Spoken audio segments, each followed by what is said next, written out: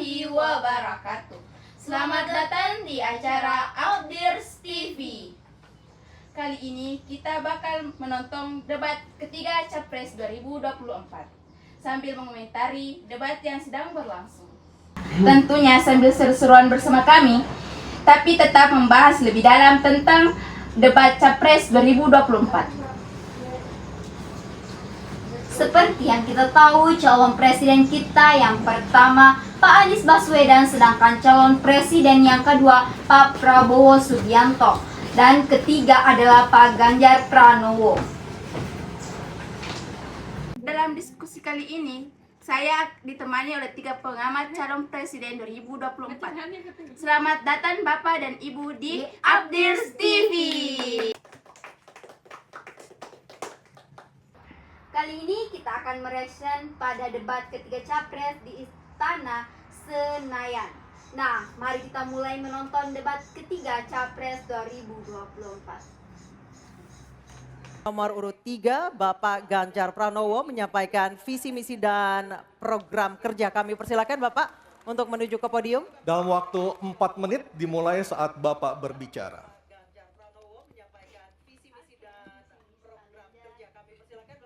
Terima kasih. Selamat malam Bapak Ibu sekalian yang hari ini hadir di studio dan tentu saja yang Nah Pak, sekarang ini Pak Ganjar sudah menyampaikan visi misinya. Bagaimana tanggapan Bapak tentang visi misi dari Pak Ganjar?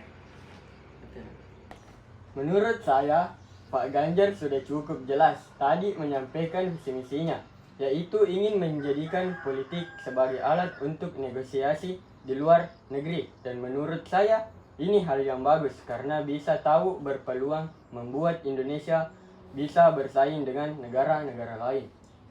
Tapi Pak, dalam pertahanan tentu politik tidak cukup untuk membuat pertahanan Indonesia menjadi lebih kuat, Pak. Tentu perlu elemen-elemen pendukung selain politik. Dan juga Pak, cukup sulit loh menggunakan politik sebagai alat negosiasi. Karena politik kita itu terlalu memberi kebebasan dalam berpendapat. Sehingga sekarang banyak pejabat ataupun masyarakat menjadi sewenang-wenangnya dalam bertindak. Memang, tapi politik ini bisa membuat kita bekerja sama dengan orang lain sehingga kita bisa terjalin dengan negara lain. Dan itu bisa membuat pertahanan kita kuat di luar negeri karena diplomasi kita sudah kuat. Baik Pak Bu, mari kita lanjut tontonan debat kita. Bismillahirrahmanirrahim. Assalamualaikum warahmatullahi wabarakatuh. Salam sejahtera kita sekalian. Shalom, Om Swastiastu, Namo Buddhaya, salam kebajikan. Bapak-bapak, ibu-ibu sekalian yang saya hormati. Malam ini kita membicara tema-tema yang sangat penting. Pertahanan, hubungan internasional, geopolitik, globalisasi, keamanan.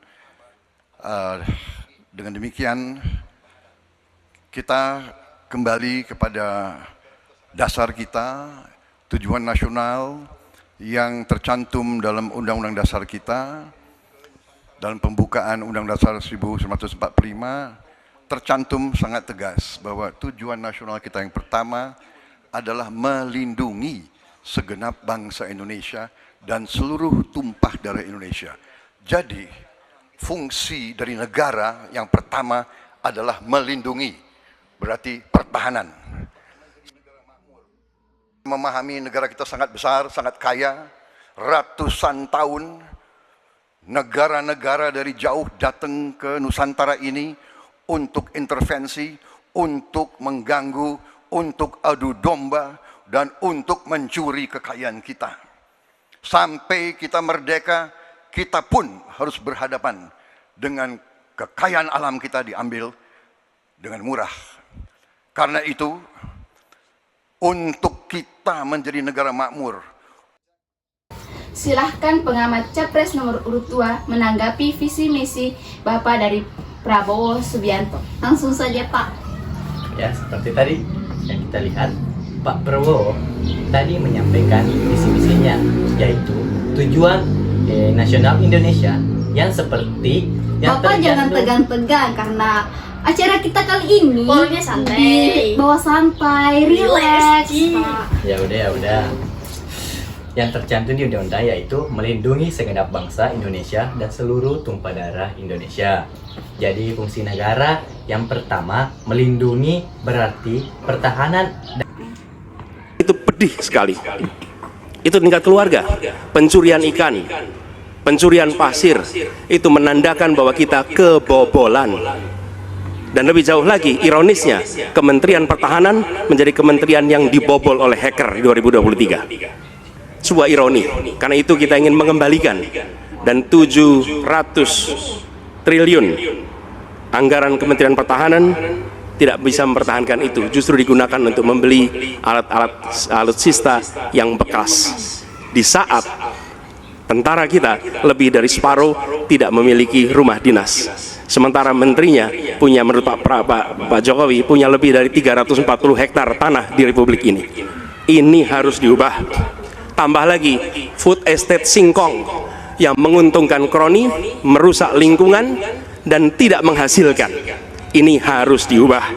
Kami akan memulai dengan kepemimpinan yang menjunjung tinggi etika, kepemimpinan yang mengandalkan data, informasi, kapasitas yang serius. Kita ingin Republik ini berperan di level global, dijaga secara serius untuk rumah tangga, untuk nasional, sehingga kewibawaan kita adalah kewibawaan berdasarkan kekuatan. Untuk itu kita butuh perubahan.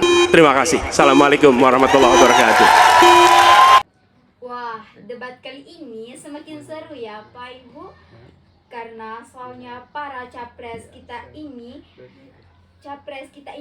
nah bagaimana pendapat Ibu setelah menonton video visi misi calon presiden nomor urut 1? Seperti yang disampaikan tadi dari calon presiden kita nomor urut 1 yaitu Pak Anies menyampaikan kalau warga negara Indonesia memberikan kepercayaan kepada Pak Anies, maka Pak Anies akan mengembalikan posisi Indonesia menjadi pelaku utama di konstelasi global. Indonesia tidak akan hanya hadir sebagai penonton, tetapi sebagai pelaku utama dalam menentukan arah perdamaian dan kemakmuran di seluruh bangsa Indonesia.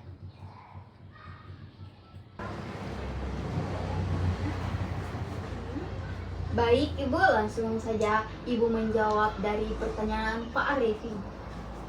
Tapi menurut saya, Pak Anies tidak menyinggung atau menjatuhkan tidak menyinggung calon presiden 02. Karena apa yang dibicarakan Pak Anies itu sesuai dengan fakta atau sesuai dengan yang terjadi sekarang ini, bahwasanya Menteri Pertahanan memang dihack atau dibobol. Dan seharusnya itu menjadi tanggung jawab dari Menteri Pertahanan. Oke Bu, jawabannya sudah jelas. Ya, saya kira. Wah, ternyata hebat ya semua calon presiden kita ini. Semua mempunyai kekurangan dan kelebihan masing-masing. Terima kasih kepada pengamat-pengamat yang sudah datang pada acara ini, dan terima kasih kepada penonton-penonton yang sudah menonton video Abdirs TV. Assalamualaikum warahmatullahi wabarakatuh.